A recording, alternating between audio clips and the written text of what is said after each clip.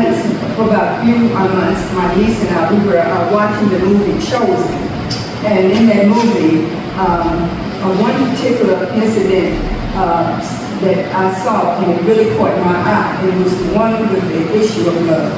And I came up with a topic, just one touch. Amen. Just one touch. One touch. Just one touch. That's right. And so when I think of the word touch, it reminds you to think of something you want to cling to, hold on to. And then I say, well, I'm thinking there's a physical touch and there's a spiritual touch.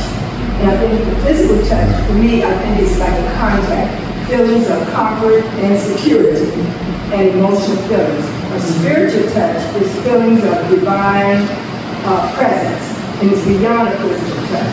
And it can symbolize a spiritual connection with God, or a feeling of being embraced and belonging. And then I wrote something down. I was writing about there's a physical healing and blessing.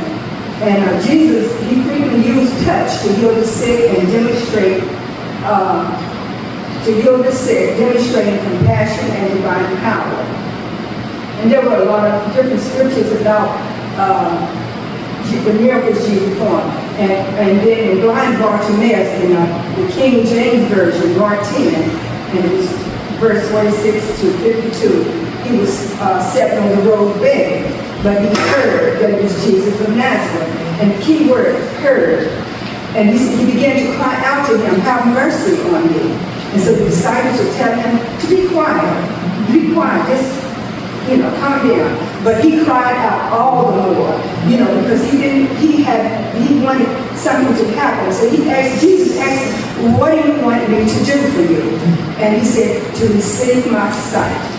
So, and you notice he didn't ask for money or he didn't ask for food, but his faith was much bigger. He was persistent. And Jesus said, go your way, your faith, not his faith, your faith has made you well. And immediately he received his sight. And I looked up the scripture about the leprosy, and it was in Luke 17. This is all coming from the King James Version. And so while the 10 men were healed from leprosy, and out of the 10, only one returned to thank Jesus for his healing. And because they all had faith, they all were physically healed. But his final words to the Samaritan implied that this man received spiritual healing in addition to the cleansing of his skin. And after the man was already healed, Jesus said to him, arise, go your way. Your faith, not his faith, has made you well. And the word arise, I think, was like a command, and it was power in his words. And then also, the lame man in John, who was coming from infirmity for 38 years, and Jesus asked him, do you want to be made well? And he just said, rise. Take up your bed and walk. Just rise. Take up your bed and walk. And I think about in John 20th chapter, it was about Mary Magdalene and Thomas. And you wonder, why did Jesus tell Mary, touch me not? But later he tell Thomas to touch him. And in verse 17, after Mary, he called Mary by her name, she recognized him. And then Jesus told Mary, do not cling to me. Mary thought she had lost him. And then I guess her grief was into joy. She just wanted to embrace, hold on to him. And then she wanted to make sure she didn't lose him. So Jesus knew she had a desire to keep him, here.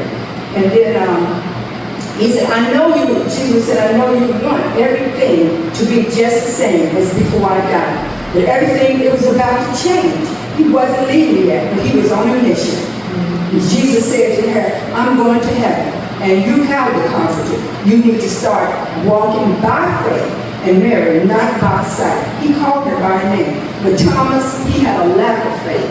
And Thomas had said he would not believe until he had touched him. And Thomas had seen all the miracles. And both Mary and Thomas, they needed more faith. So Mary needed faith enough to let Jesus go.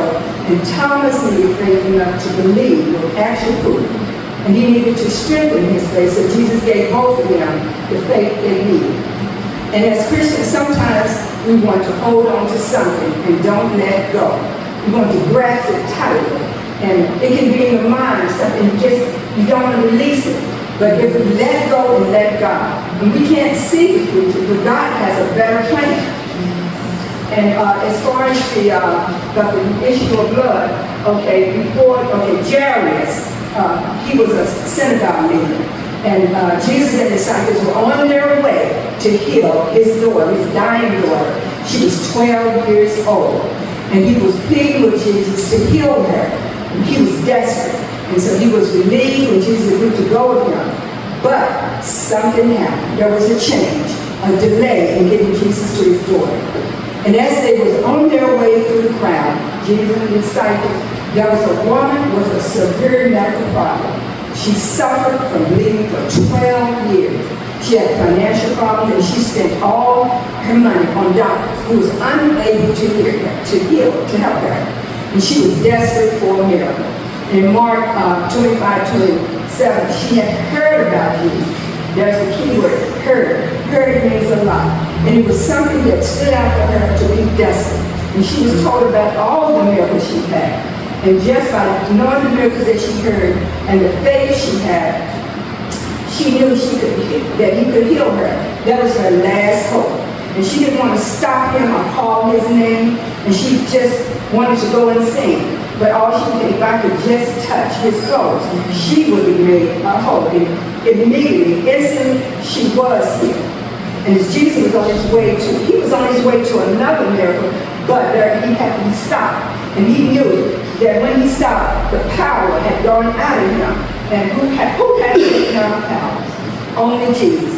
And he knew someone had desperate faith. And he asked, who touched my clothes? And there was a crowd from all the directions, but he wanted to know who touched him. There was a difference. It was just like a bump, but it was a touch that in faith that she had. And so, why did he single this woman out in front of the crowd?